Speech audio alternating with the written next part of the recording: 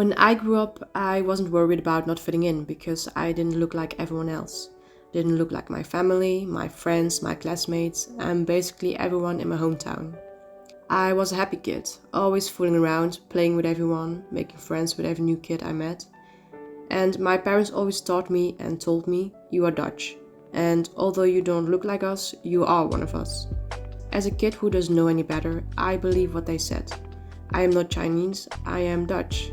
I was fine with that. But then I grew older. I went to high school with new people and I became more confused than ever about my identity. Chapter 1: The Identity Crisis. I started to feel insecure about who I was. Am I Chinese? Am I Dutch? I started to question myself, and the fact that I got bullied in high school because of my ethnicity only reinforced this. I've heard things like, go back to China where you belong, or can you even see with those tiny Chinese eyes? I did not understand why people would say such things. I have Dutch parents, I grew up in the Netherlands, so why would someone call me something else than Dutch? Every time I would look in the mirror, there would be this reality check, saying, nope, you're not Dutch.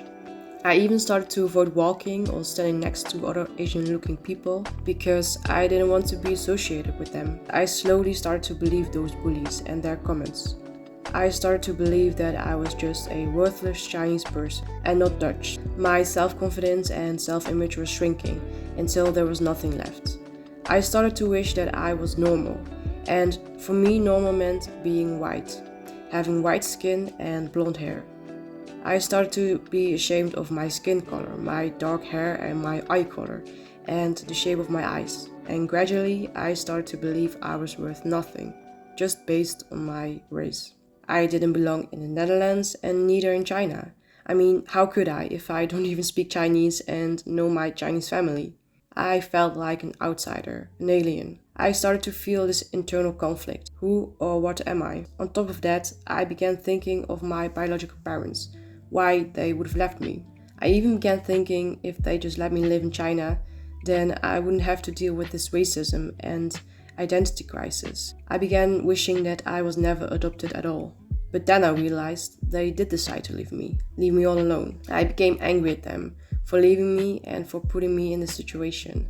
I felt lost, confused, and defeated. And this eventually turned into me not caring at all, losing a sense of purpose.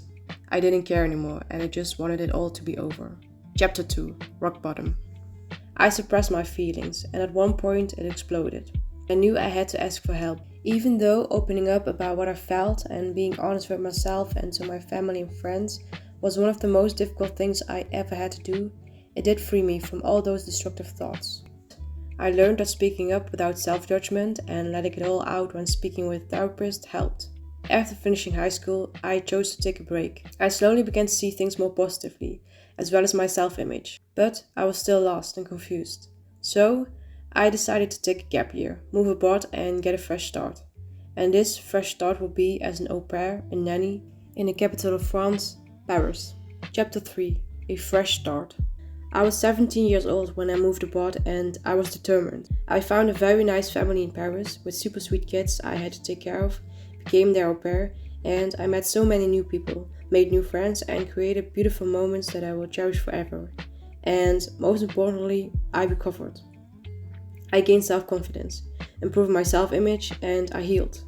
And looking back, I think that being in this new environment, having to adapt, and having these new impressions every day, as well as these new responsibilities, really helped me to simply be distracted from my own thoughts. And being around people who knew nothing of my past, what I had been through, also felt liberating. I slowly started to feel comfortable in my own skin, comfortable about who I was. I wasn't ashamed anymore of my background, about where I came from.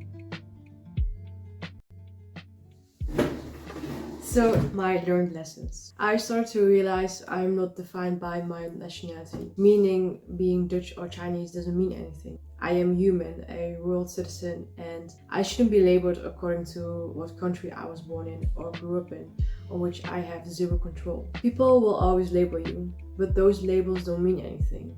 Slowly, my identity crisis turned into me understanding that there is no such thing as a solid identity. I can be whatever I want to be, and only I can define what I am and what I stand for.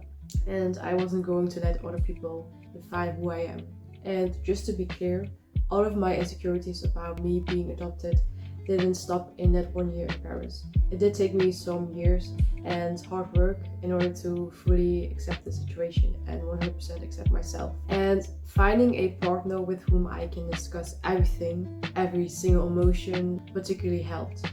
And looking back, I guess I just had to learn it hard way. It's funny because when I grew up, I never really realized I grew up in an interracial household. It's only when I grew older, when other people started to point out these differences, I also started to notice them. And of course, I knew my parents and sister were white, but I was not consciously taking note of it. And I think that growing up as an adoptee in an interracial household and environment really taught me a lot about acceptance, about grace and tolerance. And I am forever thankful and grateful for the understanding family and friends I have, because without them I would be still lost. So thank you for being there for me. And now I'm happy with who I am and proud of how far I've come. I finally found my identity as an adoptee, which is a forever changing and developing process. Why am I sharing this personal experience? I'm sharing this maybe in hope to help other adoptees who can relate to the story. Or maybe even educate people who know someone that is adopted. Or maybe even if you are a child of a first or second or third generation immigrants, you can relate. Also, I want to shed some light on growing up in a interracial household, how difficult it can be and what kind of impacts it can have on the individual, and how important it is to just talk about it. All in all, I really want to thank everyone who's been watching my video. And if you can relate to the story, let me know down in the comment section below. And I hope to see you next time in the next video. Bye!